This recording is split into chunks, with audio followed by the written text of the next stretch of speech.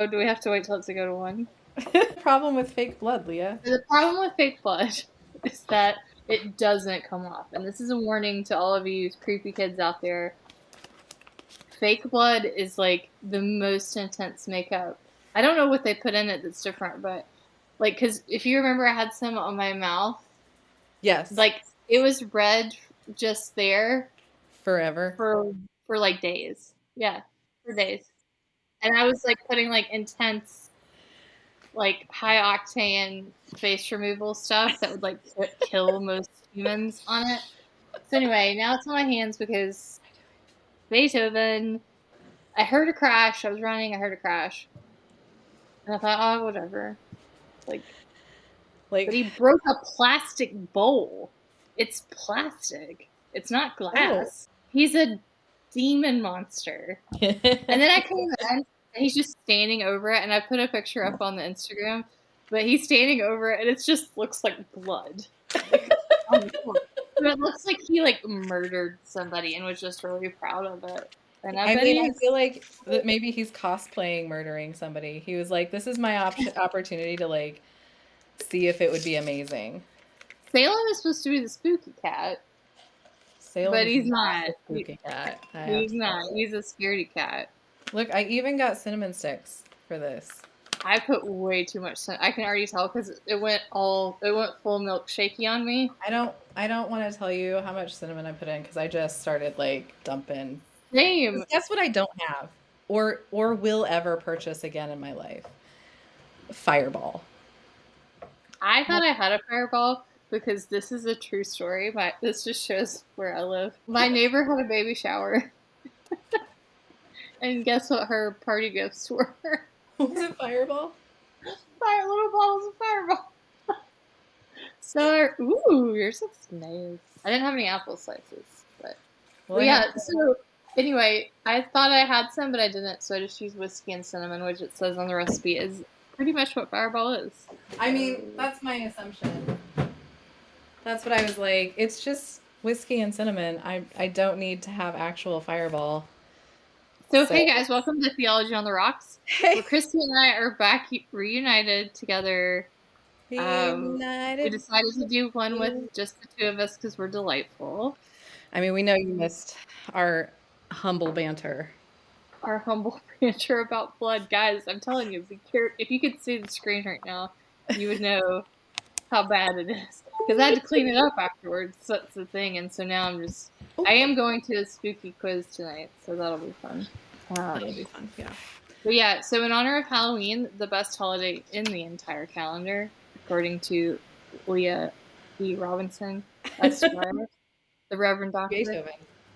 And Beethoven screamed at him. I was like, because I really like that bowl. I was like, and then I called Stuart at work, and I was like, Stuart, your cat!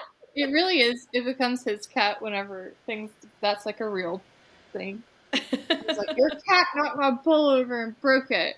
And he goes, okay. And he's like typing away. And I was like, what are you going to do to fix it? And he goes, yeah, right now, absolutely nothing. I like the sensibleness. He's just like, right now, nothing. I'm at work. Well, he's like at his like big boy job that keeps us housed. I'm like, fix my bowl. There's blood. I was like, there's fake blood everywhere. But I think I just said there's blood everywhere. And he goes, what? I was like, it's not real. But I'm glad I got your attention. So our drinks are, I can't remember what the name of it was, but it's basically white wine, apple cider, and Fireball if you have it. Kristen and I don't have it. We don't Here's have my it. cup. Look how cloudy it is. That's all that's Ooh, I like that cup. Thank you. It also was apple cider sangria is what it's called. And it has, yeah, and if you don't have Fireball, you can use I don't know if let's drink it first. I know, I was going to say, I don't know if you can or what if we did. Yeah, this is the cup that goes with the bowl. Oh. You see all that? That's all that was on my floor. Oh no, that's so sad. Yeah. You can amp up the feeling next time.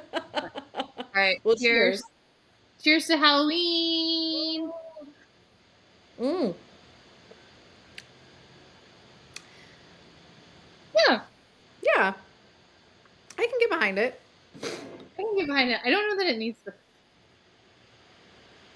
Well, no, it does need the fireball. It needs the cinnamon. It needs the cinnamon for sure. I do have a cinnamon stick in mine, so maybe as it cinnamons up, I'll tell you if it's. This is actually pretty good upon second sip. I'm not gonna lie. I do like it. I'm a fan. We'll post the recipe. Y'all can adjust as you wish with us, but I would emphasize the cinnamon. I think the cinnamon is what gives it this sort of fall. yeah, Christy, you look like you're currently in a hurricane on this screen.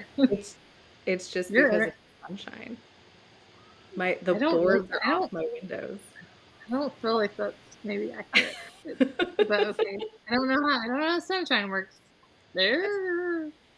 Well, guys, we just got back from Theology Beer Camp. Theology Beer Camp. Yeah, we did. We did it.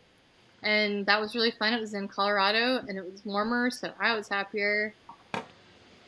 And I didn't. And by warmer, she means warmer than the last week of November when there's usually been snow in Colorado, not like. That wasn't like warm. It wasn't like Florida or even North Carolina warm. It was just slightly more warm than.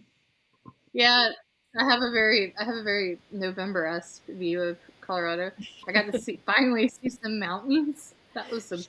We were closer to the mountains, so we were not in like downtown Denver. And we got to do some really fun panels. So I got to do a panel on aliens with Ryan Does, who that was just probably my favorite. I will say that was honestly, it was a top tier panel. You guys absolutely knocked it out of the park, and also I feel a deep desire for that conversation to continue. I wish it had been recorded, which I'm sort of annoyed. I know. I'm sort of sad about that because it was really good. So we did that, and franchise, but it was really good. That was sort of the goal. I think we wanted it if you hadn't seen it, that either you would. I've tried to get Christy to watch it, although I try to Christy is my real friend, which means I don't try to prank her as much as I do some of my friends. Nope. And I certainly don't prank her about scary movies because she hates them. So I was trying to give her an honest opinion, and I think our audience an honest opinion on ones that you could watch if you're Salem. And if you're a scaredy cat like me. Salem versus Beethoven in the horror movie realm. Beethoven's just a white cat covered in red. That's the other thing. He's a white cat covered in blood right now. That's never going to come off. So he looks like an insane. Is it on? Yeah. Yes. Yes. Did you see that picture? I haven't seen the picture. I've been in meetings.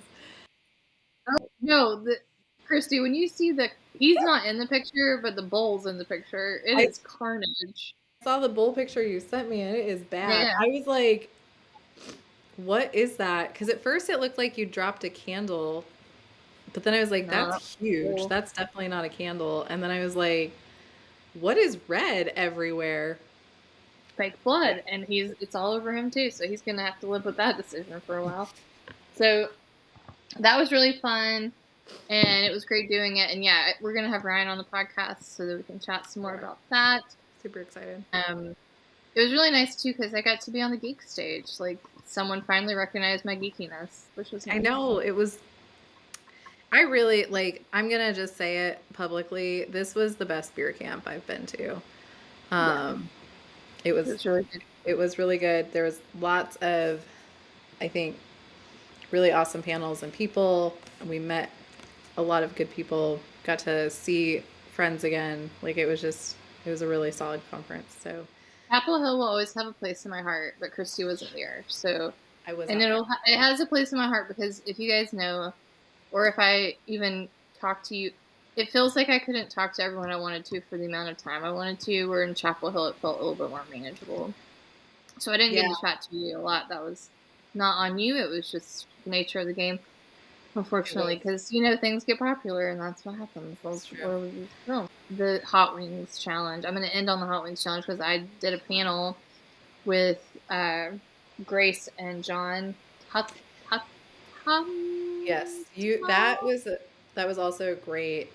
I loved John's talk and to hear his perspective on uh, like multi-faith practice, you know.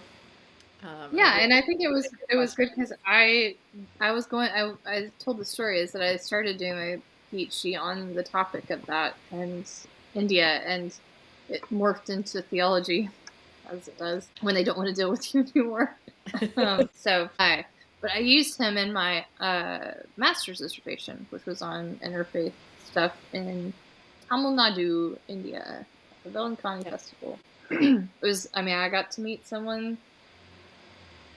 It was just cool because you have their book, and Yeah. then Well, you and I both did. I got to be on a panel with Catherine Keller, who features heavily in my book. I was going to say, what were your favorites, and then we can It come back was, together with the yeah. wings. I definitely think like that was a highlight for me. Not, um, it was a great panel to be on, but like just kind of interacting with her.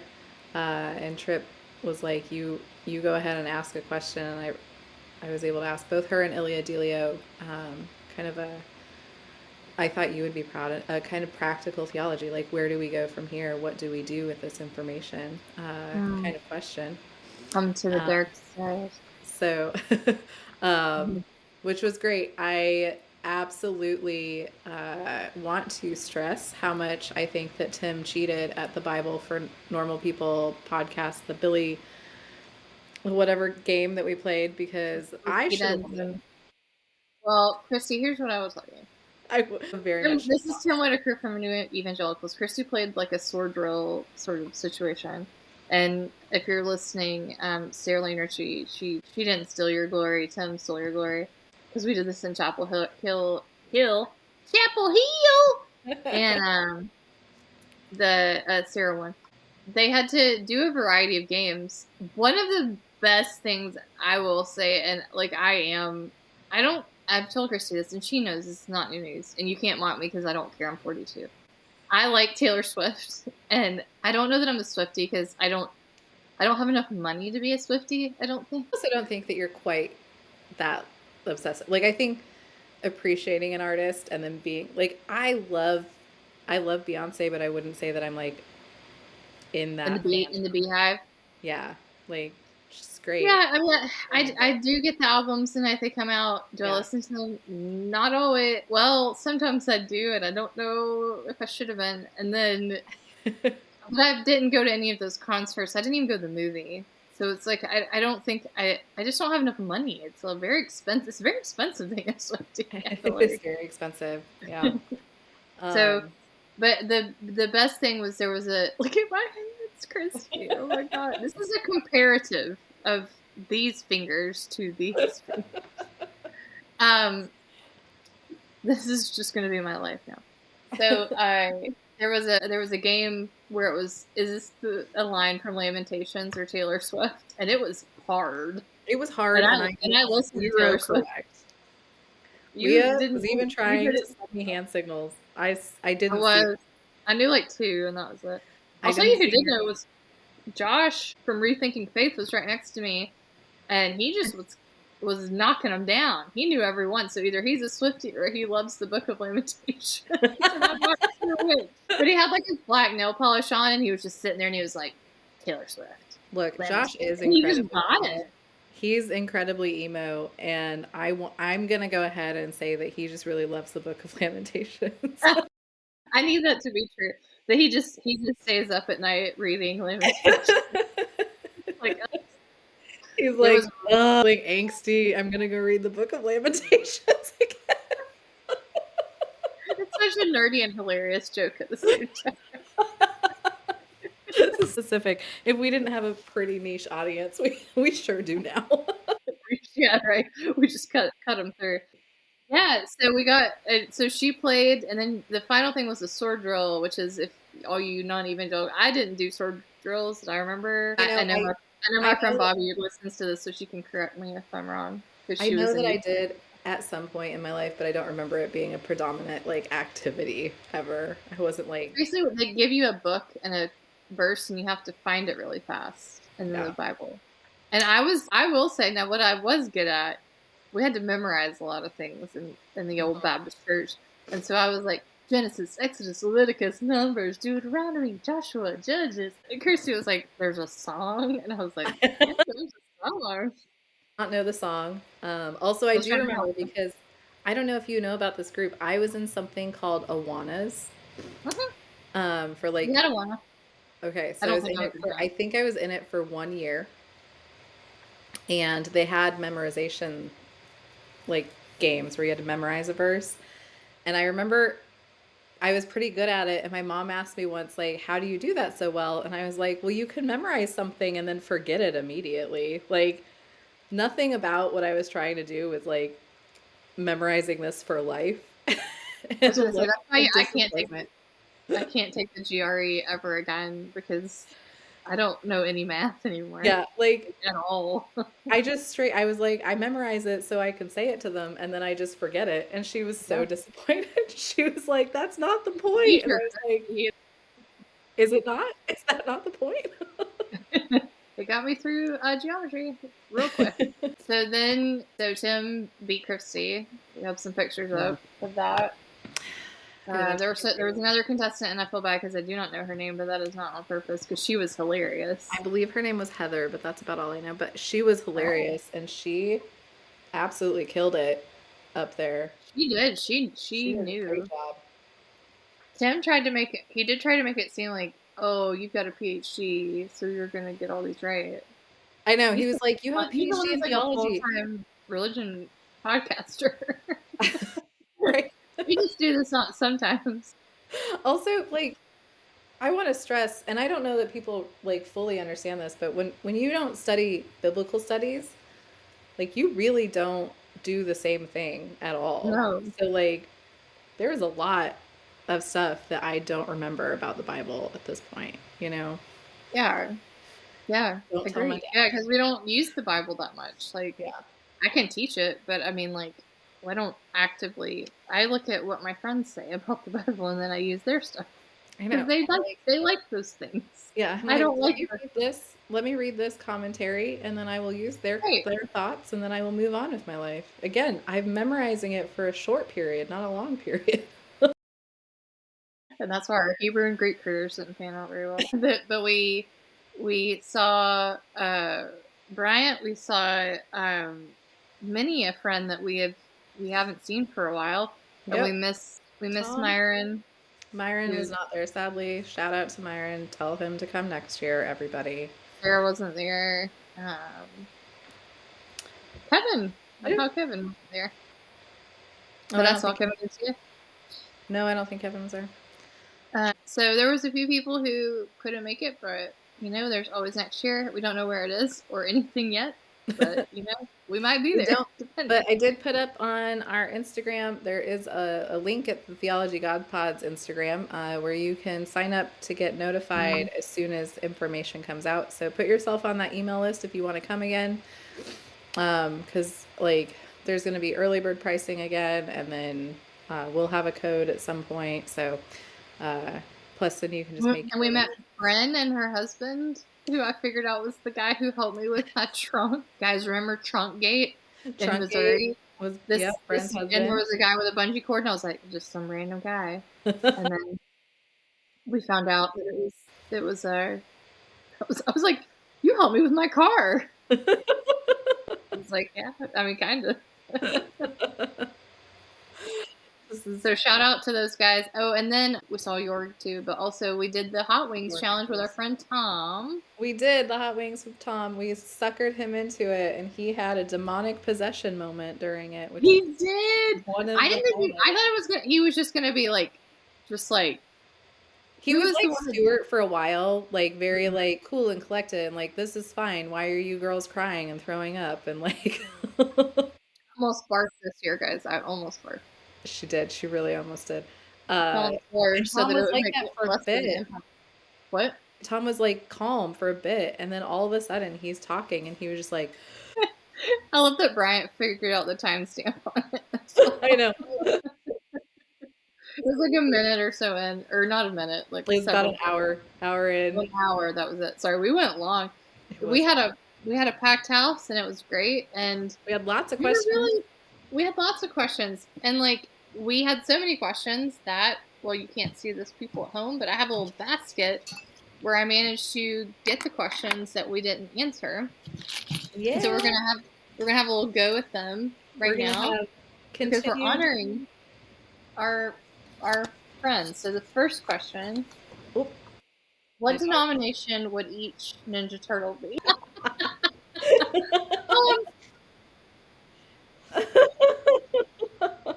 So let me preface this by saying these were questions sent in to us, but also some of these we've never seen. Like I've never seen this one written. Well, we had paper, and people in the audience would just come up and put a question in. And bless you, my dog is having a whole conniption right now. So, what denomination would? I mean, I think so. Did you ever watch Ninja Turtles? You know, I did, but like not religiously, and it was so long ago that I struggle with remembering the specifics of the turtles, you know. Okay, well, I had a little brother, so I didn't have any children. So Leah, you take the reins on this one. Leonardo was kind of the leader. He's probably a first child. Yeah. So I'm gonna put him in like the Catholic Episcopal group. Yeah. I'm guessing we're going Christian denominations. So. Oh, for sure. Yeah. Leonardo, Raphael, Donatello. There's another one. I'm missing one. Leonardo, Raphael, Michelangelo. Okay, Michelangelo loved the pizza and was kind of silly. Oh, okay. So he's going to be a little bit. He's going to need something that's going to. You know what he. He wasn't just silly. He had attention span issues. So maybe like. I don't know, like. He needs to go to church camp, just perpetually. Like maybe he needs to be Baptist because we have a lot of church. He needs to be at camp. Constantly. Maybe like Pentecostal, just real excitable. Yeah. We could put him with the happy clappies. I think he would do well with that group. So, he was the red one, and he just was kind of.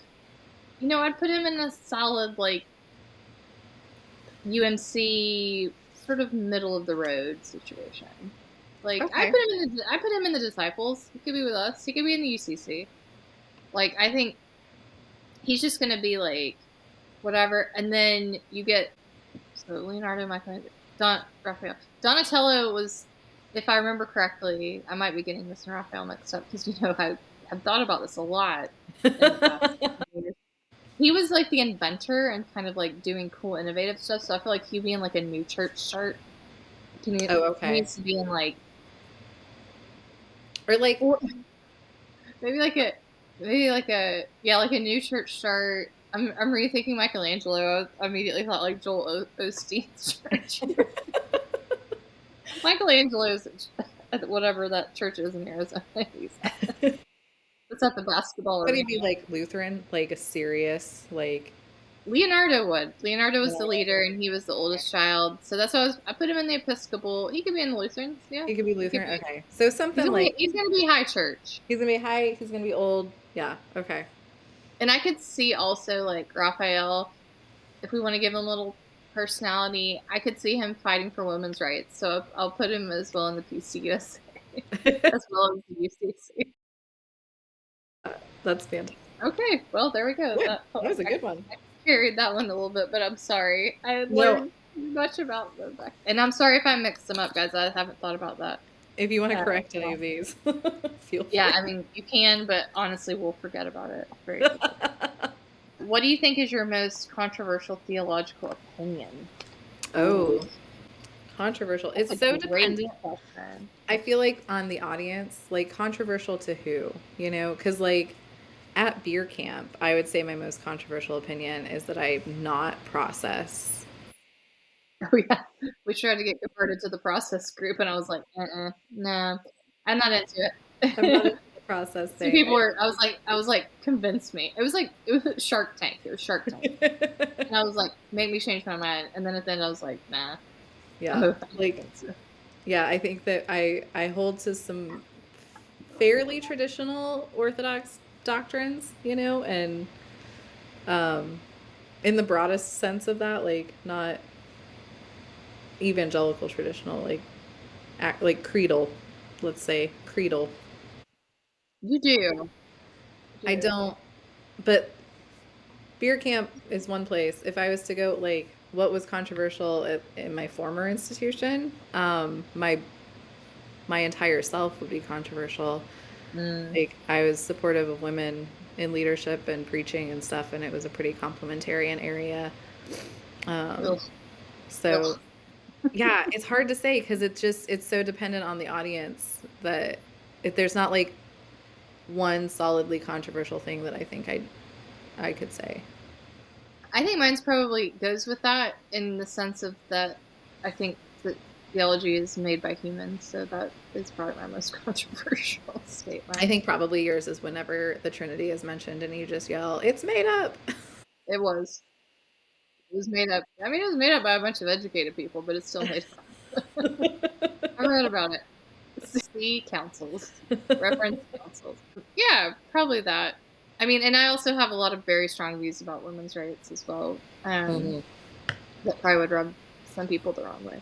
Yeah. Um, Yeah, I mean, so like yeah, both of us are fairly progressive in most of our opinions, so we certain are, stuff. but I find it's interesting because sometimes we like that's kind of the same question. It was spiciest theological take, which I feel like is the same. Oh yeah, that's Um, I feel like sometimes we come together though on things, and it's where we go, okay, like yeah. does hell exist, or do we need to believe in the actual resurrection of these? And they'll both be like, didn't think the other one thought that. Okay, what do you really think of the phrase deconstruction? Ooh. Somebody's trying to get us in trouble. And my rules even here. We did get your question though. I think so, yes. What do we really think of the phrase deconstruction? I think that I get it. I think it if you repeat anything too much, it can kind of lose meaning. Yeah. And that's anything. Yeah. And we talk about it a lot at beer camp. And for those deconstruction, you know, it's just sort of like if you have some held beliefs that maybe you grew up with, and then you reach a point and you're like, I want to deconstruct. And then I think I argued at one stage that reconstruction is probably harder than deconstruction, but that depends on the person. It's certainly harder for Well, me. I think, Um, yeah, I mean, I would say that deconstruction is all well and good as long as that's not where you stop.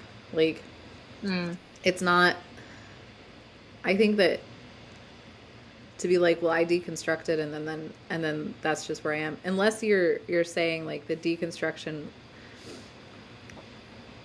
and you just kind of see yourself as like I don't have faith anymore, but you do still have belief systems. Like everybody has a belief system. It doesn't have to be a religious one, but if you haven't gotten to the second part of reconstruction, your dog just made my cat crawl under an actual duvet.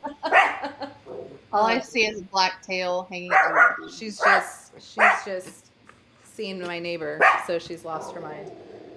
Reconstruct, all you're doing is living in that anger and reactivity. And even if mm, your reconstruction leads you to atheism or something, you still have to sort out like what do you believe? How do you understand that? Like there needs to be a reconstruction that happens, and I think that that's where I sometimes get frustrated that the focus tends to be on deconstruction because it seems like you can just stop there. right. And you can become the thing. I always say this. You can become the thing you hate. Like Yeah. I'm an elitist because I've deconstructed, and it's like no, you still have to live with Mhm. these people. So Well, you and so know many people become fundamentalist in a different way, you know? that's right. So you want We're to, evangelical about deconstruction. yeah. I do appreciate that this question got brought up though, because again, it's a phrase that gets thrown around a lot. And I think it Hmm. makes us feel quite good about ourselves that we've deconstructed these. Typically, people would have said historic, not conservative, well, yeah, conservative evangelical beliefs. Yeah. And so that this is a question from the audience. So people are picking up that that phrase gets thrown around a lot at beer camp, I think. Yeah. What if the church was playful? This feels like a you question already. What if the church was playful? And what would that look like? Playful. I would say, I don't know, the word playful is maybe creative would be helpful. Like, I like the word playful because it makes me think whimsical and fun. fun for sure. Let's have fun. You talked about your favorite thing at that church was that they shot a glitter cannon at Mary. Oh my God, yeah. If that's not playful, then yeah. My Episcopal church in Glasgow, St. Mary's, at Easter, they shoot a glitter. You put a picture up. People have seen it. You put it up on the. I did. I put a video up on the Instagram. It's fantastic, and it is my absolute favorite experience that I've had. I think playful. Mm-hmm.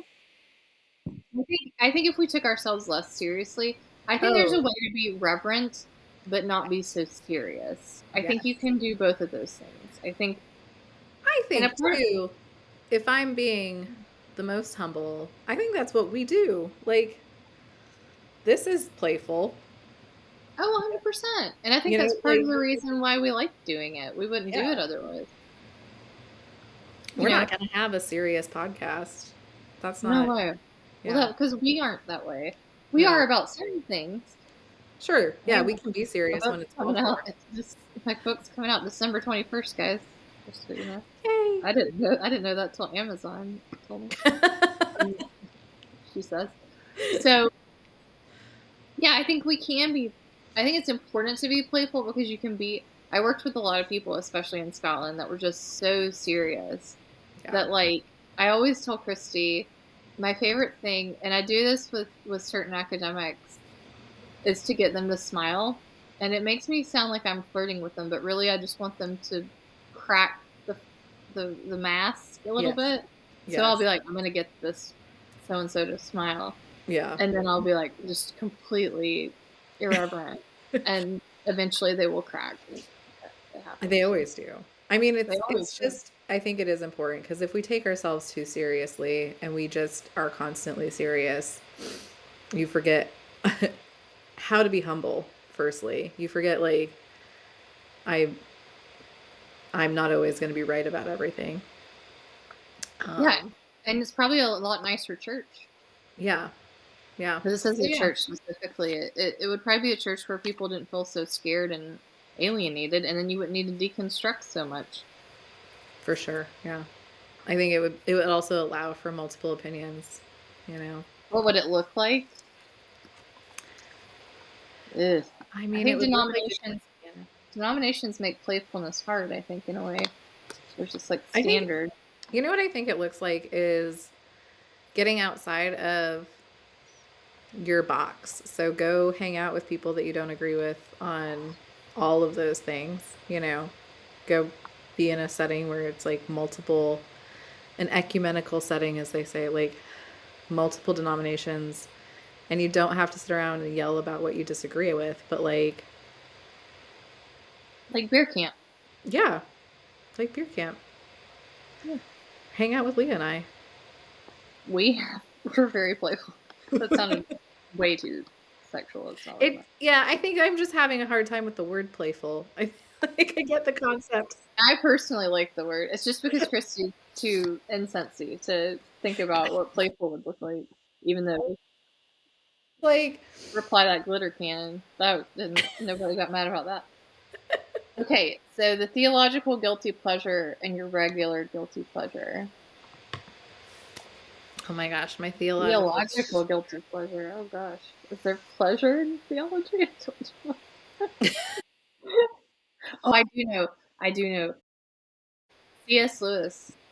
It's people will make fun of me. My ordination panel made fun of me because they asked this question, and I think I recently saw the Screwtape Letters performed at a theater locally, last couple weeks ago. And look, I'm gonna tell you, some of them their 1930s and 40s jokes do not hold up. They don't pass the test, but it's still really good.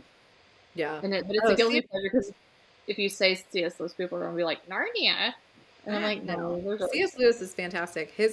my favorite C.S. Lewis book is his reimagining of the Cupid and Psyche myth. It's called Till We Have Mm. Faces. Yep. It's a fantastic book. I recommend it to everybody. It's so good. And he's got the And sci-fi trilogy as well. yeah, I think that C.S. Lewis is an incredible fiction writer and an incredible literary mind. And the fact that he combines that with theology, people want to then make him into Karl Barth or Tolkien. John Calvin or something, and that's just not what he Yeah. was And doing. And even Tolkien, I would say, because I think Tolkien was more, I mean, Lord of the Rings was infinitely more complex than Narnia. I would argue, personally. I would argue that too, but I don't think that that's what, because I think that people genuinely think that C.S. Lewis was of the same like discipline, like he was doing actual theological studies and stuff, No, the he same was in way the that, lit department. and he was in the lit, yeah, he had a lit PhD, and I think that it's really important to know what the difference there is, because those are two totally different fields.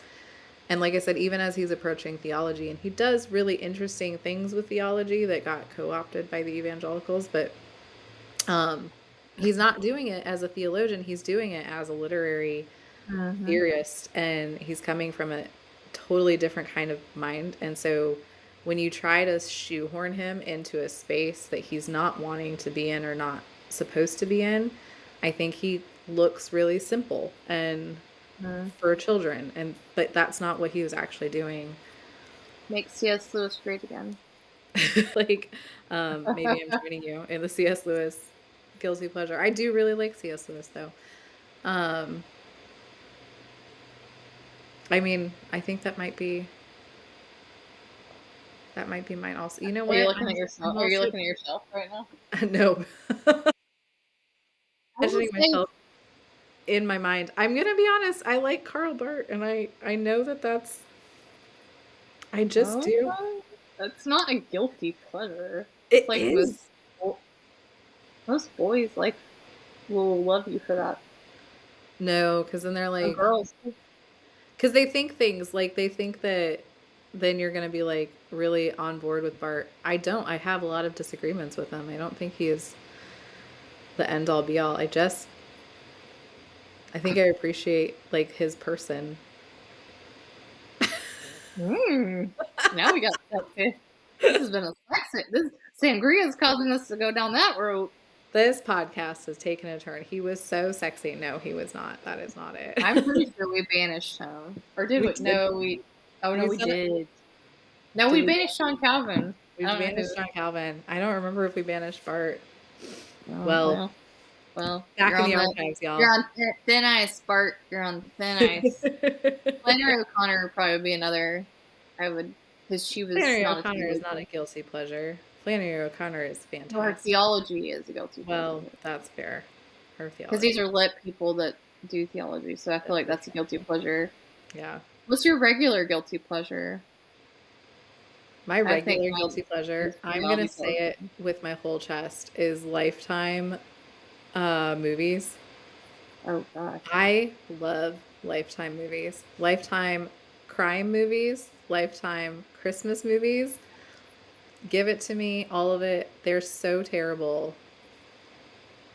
You like I the Hallmark movies? the Hallmark movies, sure. All of that. It's There's a Hallmark channel coming. I've seen on my TV. And I thought about you. I was like, I bet Christy would so watch this. awful. There's a movie that Will Ferrell and Kristen Wiig did. Did I make you watch it? No, you just I sent just me a talked about it. scene of it that was pertinent to what was happening at the time. And I All was like, Christy, that's so irreverent. That's irreverent. that was irreverent. I was trying to make you laugh. You It's did. called You A made me go, Deadly Adoption. It's called A Deadly Adoption, and it's so fantastic. I have it on DVD. I bought a DVD player so that I could watch it. My friend gave it to me on DVD. It's so good. I What like is your reality shows, but also probably Dateline. Like, or 48 Hours, Dateline, mhm, 2020, murder shows. murder shows? Yeah. Yeah, I'm real obsessed with murder. Stuart got to the point where he was like, I get scared sometimes if I scare you too much. Like, if I jump scare you, that you're just gonna, like, just take me out. And I'm like, Good well, murder shows. Anna Kendrick's movie, The Woman of the Hour. It's on Netflix. It's really good. I'm just giving it a shout out. You should all watch it. Yeah. Oh, Christy.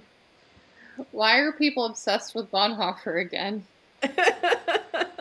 Is it merited? Ooh. Is it merited? Sure. I mean, yeah, it's probably merited. It's But definitely merited. obsessed with again. I think I he's don't know always if been it's he's always been in the list. Like, but I get what they're saying. Again, these are coming from Beer Camp, and there was a whole lot of Bonhoeffer stuff happening. There was a whole lot, but that's because of the movie that's coming out. And I think the resurgence of some of Eric Metaxas's absolute trash Bonhoeffer book, which I wrote an article I didn't about. read it, so what made it trash? I wrote an article about it actually, and I will put it on our Instagram because I was rereading it the other day, and I was like, "This is actually I did a good job." I'm glad for you. What? But can you give me like a TED Talk on it? It's a revisionist history of Bonhoeffer's life. He's trying to make Bonhoeffer an evangelical. There's a whole bunch of historical facts that he just kind of gets wrong, and I'm definitely not an expert in this. Bonhoeffer is not my area, but there are a whole bunch of Bonhoeffer scholars who came out against it, as well as Bonhoeffer's siblings and all of their descendants recently put out a statement saying that Eric Metaxas's book is a offense to Bonhoeffer's legacy. So, yeah. But I think that's why the resurgence of conversation. So I have a question because, of course, whoa, shoot. Okay, no, that wasn't it. You and I both went to seminary, and we both went to PhDs in theology. Yeah. He was always listed as like in the sort of, Power 5 or whatever. Yeah. But like, it does seem like people are more interested in his life and stuff in 2024. Is this just because of that guy writing that revisionist history, you think? Well, I think that Bonhoeffer, Bonhoeffer himself, I mean, he is, the kind of main things that he's known for is that idea of cheap grace. That's a big one, and that's the one that evangelicals tend to latch onto. But he also came up with this concept that he called religionless Christianity, and he basically was just like, I'm like, the Christian church is not doing it, and I'm out. And he wrote all of this while he was in the concentration camp before he was executed. So like, I think that Bonhoeffer's, or that Metaxas book brought attention to it again, but then Bonhoeffer scholars have had to do a lot of work because that's a more popular level book. It sold a ton of copies, and now you have to like do all this work to try to correct the bad information that's out there about him. And now there's this movie coming out, and so it's kind of like the work is out there again, like, oh, we have to correct all of this again. It's funny they want to claim him and not like, and not actually, yeah, like, well, I feel like because Bart is hard. Bart, like, who wants to just sit down and read church dogmatics? Very few people. A lot of boys in Edinburgh. Boys at my seminary as well. But I get what you're saying. But like, the average person isn't like, let me grab this volume 1 of church dogmatics and read it before bed. Whereas like, some of Bonhoeffer's books are small and digestible. Yeah, I read Life Together, I think, I did too. When I was doing my PhD. I did too. And it was good. I mean, it wasn't life-changing, but it was good. Like I said, I mean, he's definitely he merits the attention. He's just like, let's give him the right attention, I guess. Who are 2 theologians we should ignore and 2 we should pay attention to? Okay. I feel like Myron's spirit has taken over these questions. Myron is here in spirit. He's here with us in spirit. He is with us. 2 that you should ignore. Yoder and Jean Vanier. Wayne Grudem, who I struggle to call a theologian, would be like my top ignore. I mean Yoder for sure. Yeah. Yeah, those are good ones to ignore for Two sure. people you should pay attention to, and I'm not even going to tell you why you should ignore them. Just ignore them. Just Yeah, just ignore them. They're bad. ignore them. Just You don't need them. leave One them you alone. should pay more attention to, I would say, is Elizabeth Templeton Mm-hmm. from Edinburgh, and Marcella Althalsreed, also from Edinburgh. I know she is more popular in the circles Christy and I fly in, but maybe not in the grand scheme. Marcella Althusreid is a fantastic theologian, and you should pay attention to her. I would highlight to. I don't know how to narrow it down to two. So many options. Katie Cannon. I think that Katie Cannon is a theologian who should get a lot more attention than she does. She is not just writing for Black women; like it's her focus, but everybody should read it. And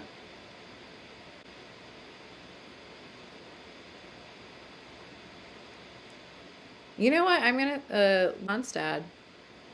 Oh yeah. I think Lynn's got a couple books. One of them is a very serious academic book, and it is very, very well done. And the other is, and I don't know if these are her only books or if she's got more, but much more readable. So she's kind of crossed the spectrum of audience. Elizabeth Templeton's book, I was trying to find it. She had one that you can really get. There's other ones, but The Strangeness of God is the one you can kind of get a hold of. She wasn't a prolific. Well, she was a prolific writer, but she was very much in the church world. Yeah. But we had 2 rooms at New College at Edinburgh University named after Elizabeth Templeton and Marcella Althalsreid, which I thought was a very good move. Yeah. Yeah, for sure. Okay. We've got 3 questions left. Are you ready? I'm ready. Okay. Have you saved them for the end? I just picked them out of a thing. I don't know what they say. I can't tell you. Tell us the most awkward AAR story. I think I've told mine many times.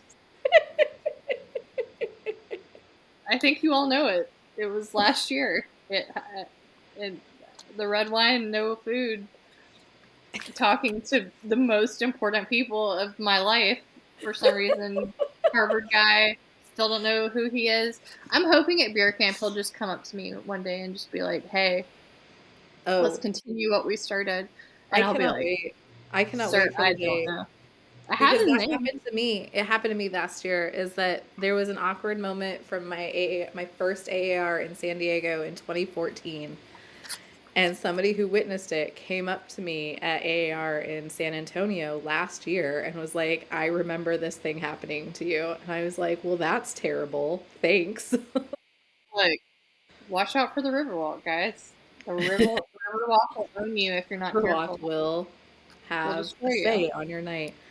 It will. My most awkward is actually the first session that I ever went to. It was at San Diego in 2014, and I didn't know what I was doing. I had no idea how to navigate at AAR. I was there kind of on my own. Like my friends, the people that I knew that were there were far, far ahead of me in terms of their academic experience and career, and so they were off doing like their specific things, and I was just trying to pick from the thousands of sessions that you can go to. And I saw one, and it was one of the sessions where it was on a book that was coming out, so the author would be there and then panelists who were talking about the book, and they would have that whole conversation. And I genuinely cannot remember anything else about this, but I just was like, oh, this topic sounds interesting, and I didn't know how book ones worked, and also I just thought you could go to whatever you wanted to go to. Oh, I remember the story now. And so I That sounds sat like down, sad. and I'm sitting there all alone. I'm one of the only women in the room, and this man in front of me, who is 20 years older than me for sure, turns around and he just says, "What are you doing here?" And I was like, Oh, what?" heartbreaking. It was heartbreaking. I was horrified, and I saw him a couple more times, and we had a longer conversation, but like it didn't get better. So just so you, he didn't fix the situation. And I left early because I felt so awful and just like unwanted, you know. Guys, don't be bullies. Don't be academic bullies. It's not hard to make Yeah, people it's feel not nice. okay. It's not okay. It's not okay at all, and it doesn't do anything for you. Like, No. she doesn't even know who that man is. That man just made a terrible impression, He made a and you're terrible like, impression. I remember what he looks like, so I avoid him every time I see him. Um, it'll never get better. Yeah. well, show me who he is. I'll take him out at the knees. I don't care. Next time I see him, I'll be like, "It's Especially if that I've been on guy." the river. Especially if I've been on the Riverwalk in San Antonio. In Boston next year, so we can just make him See, I got to be careful with these cold places because I think I go a little cray with the hot places. The cold places, I got to be careful. What's on a night in playlist with Christy and Leah? We're together, and it says Anton because clearly that was. Wait, what? What's a Good. night end playlist? Yeah, like what's on our play? Like if you and I are hanging out, what are we putting Oh, on the playlist? I mean Taylor Swift, I think. Taylor Swift. I mean, there's a pretty excellent video of you and Stuart and I singing to Bohemian Rhapsody. Oh my gosh. The end of a night. The end of a wedding. The most epic of nights is a wedding. That's right. Yeah, you need some bangers, like, and then you need something that's gonna like chill you out. So like, I would go like Journey, Yeah. like in the beginning, and like Bohemian Rhapsody, some of that stuff. Like your kind of go-to karaoke, some Third Eye Blind if you guys know Beer Camp. I didn't sing it this year, but I always want good there to to try be sometime in my life. some like 90s hip hop, and I want there to be some 2000s emo. Mm-hmm. But then yeah, you got to chill it out, and you got to have some like. Now we're at the end of the night, and we want to have serious talks. I would put on some Postal Service, maybe. Yeah. The National. The National would. That's a great album for chilling. Yeah. Yeah. Okay. Sorted. Tony Bear. Yeah. There you go. Bon Now Iver, you know how to have a party and invite Leah and I to it. or Bon Iver, as I would say. Okay, final question, and this really was the last question. Who would win in a fight, you or Christy? This is an unequivocal Leah. Well, I don't know what would cause us to fight, but if we did, yeah, I'm gonna go with me. I don't know what would cause us to fight. I think I'm a little more rough and tumble. Here's the problem. I played sports. So. Yeah. So firstly, like Leah, like you played sports, you're more athletic than I am, but also I grew up, my brothers were 17 and 13 years older than me. And so when they would like play fight with me and I was a 5-year-old or whatever, like the best line of defense is to just curl into a ball. Okay. And so that remains to this day my best line of defense. You said it against zombies as well, that you would just like fall down, and I'm like, I have zero survival instincts. Yeah, I have zero survival instincts. I will just fall down and let you pummel me. Okay. Well, I'm not gonna see that takes the fun out. I don't want to say the fun. What if you just fall down? I'm not gonna like, you while you're down. I remember one time it was like, I think it was SNL when they were saying "Welcome to Hell," that song, which is very funny. It's about being a woman, and they said "Make it not worth it." Yes. Like if someone attacks you on the streets, she puts her arm over her eyes and then swings her other arm in the air. Make it not worth it. Make it not worth it. Yes. So that's fantastic. I'm so glad that was the last question. That's the best one. That was the last question. So that was it. That's all we've got. But I think that's so funny. Well, I don't like being the aggro one, but I think you're right. I think that you're the aggro one. I just think that you're like more skilled, and I am gonna just lay down. I think it would. Here's what I will say. I think whilst I probably would win in a fight, I think it would take me longer to get to the fighting point than you. Mentally. 1000%. I would get to the Like, fighting point way before you would. Yeah.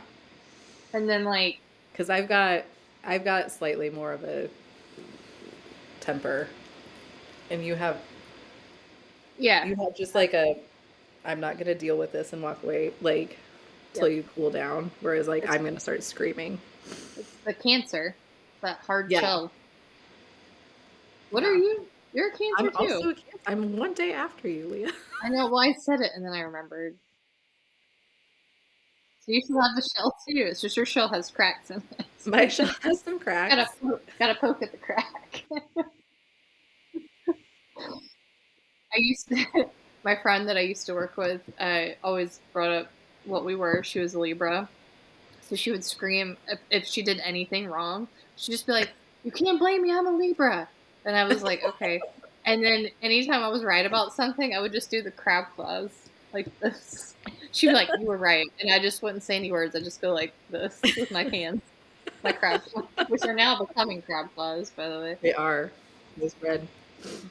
So I think, are we reaching the end of our time? We are. I don't know. I wanted to bring up that Gustavo Gutierrez, who we famously said we would date. You We remember? did. He was one of the only ones who made it He was through. one of the only ones, and he kind of was the winner of it all. Like we He were won. like, he is the He won. most dateable of all of them. Yeah. 100%. I think Christy and I, again, we don't always come together on the Trinity, but we came together on We Gustavo Gutierrez. come together on Gustavo. And Gustavo Gutierrez, yeah. he passed away recently, so we just wanted to have a shout out about that. He was someone who I read, and we talked about him a lot actually when we did our history, which was another fun podcast that we did. But we did want to, put that flag in the sand and say that he was very important, especially, I would say, of course, liberation theology, but I would argue even in just welcoming other voices to the table. And I wonder if he hadn't started that and it caught on to other, Black feminists, queer theologians, if Christy and I would even be having a podcast, if we would even be here. I would venture to say no. I think that Gutierrez's work was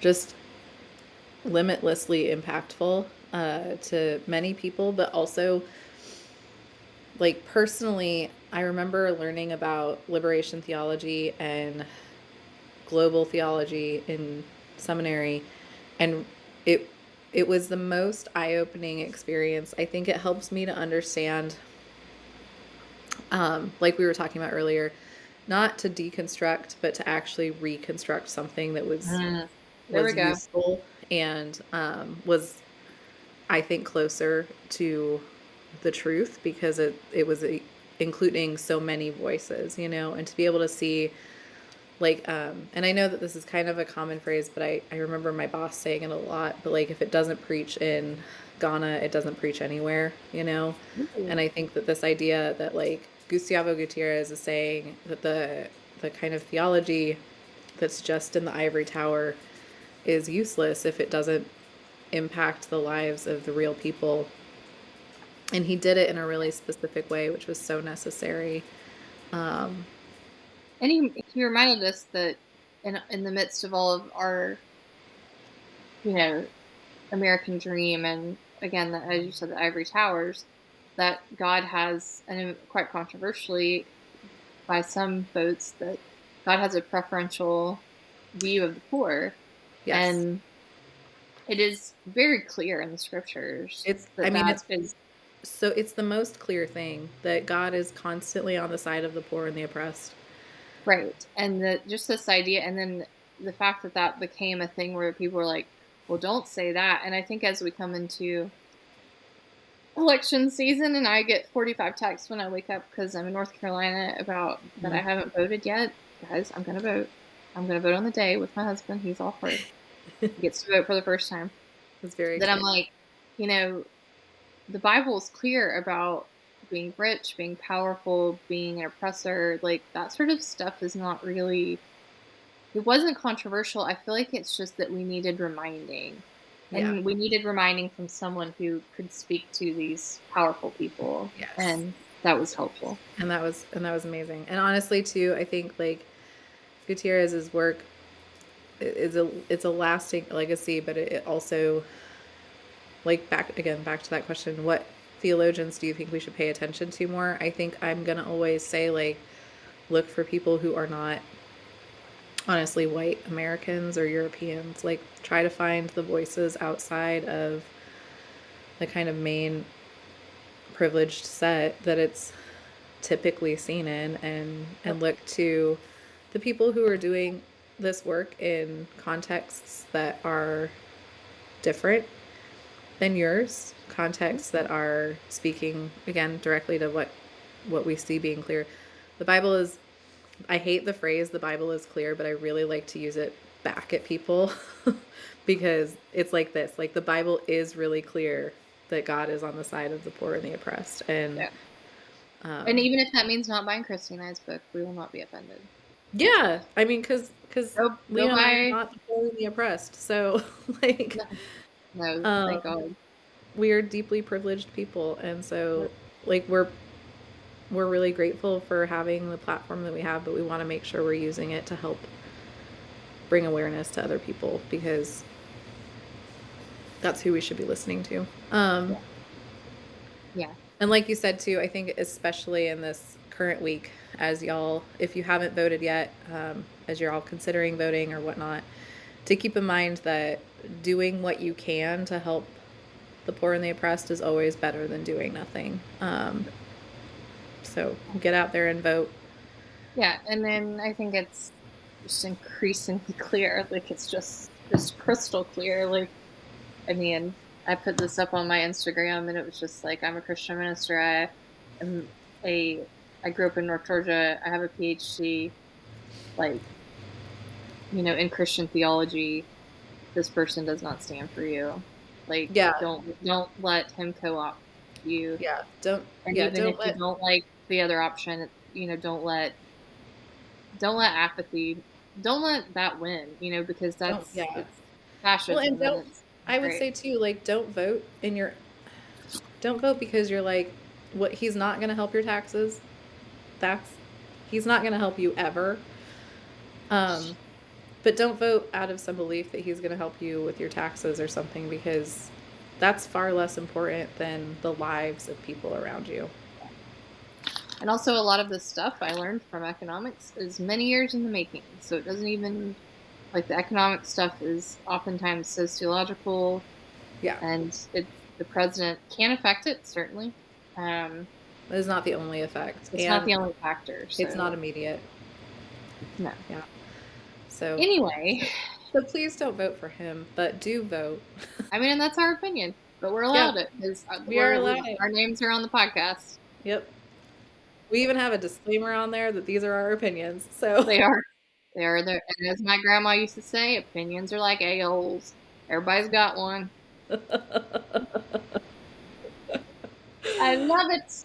On that note, Christy, should we say good night and goodbye? Yes. Another cheers of our fantastic sangria. I had drank a lot of wine. It's good. I'm going to say right now. It gets better as you go, guys. I've got a pitcher in the freezer. Not in the freezer, in the fridge. I was going to say, what? It's going to be a happy experience for Christy. Well, cheers to that, and cheers to Halloween. I hope you all have a safe and happy Halloween. Favorite ghouls and goblins, and enjoy your time. And if you want to hear our Halloween episode where we talk all things Halloween, go back to last year. We've got one up. Oh, yes, we do. And keep the lookout, because Halloween doesn't just, stop. We keep the spirit all year long. We do. But keep an eye out for our guest talking about aliens, Ryan. Oh, yes. Because we're going to have Ryan back to talk about aliens. Sometimes Christy says stuff, and if you could see my face on the video, I'm trying to figure out what she's saying. She's like, what is Christy about to commit me to? You already agreed. I did, and I want to do it. That's why I was like, yes. Yes. And then sometimes it's like, we're taking the summer off, and I'm like, Okay, we sure are. Sure are. Saw the writing on the wall is all. You did, and that was the right answer. It was the writing. All right, bye, you guys. Bye.